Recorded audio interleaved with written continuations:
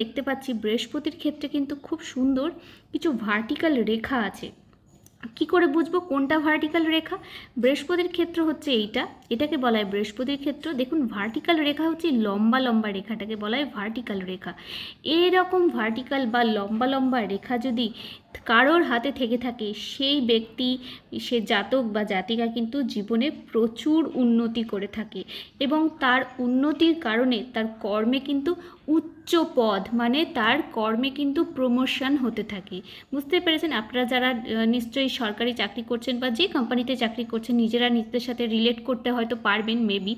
যারা দেখবেন এরকম প্রমোশনে যাচ্ছেন বা কর্ম উন্নতি যাদের হচ্ছে, তাদের কিন্তু হাতে এই ভার্টিক্যাল রেখা কিন্তু বৃহস্পতিতে থাকবেই। যাদের হাতে এরকম ধরনের রেখা আছে তারা কিন্তু ভীষণ উন্নতি, জীবনে উন্নতি করবে, উচ্চ পদে উন্নতি করবে এবং ব্যবসা বাণিজ্যের ক্ষেত্রেও কিন্তু তাদের ভালো উন্নতি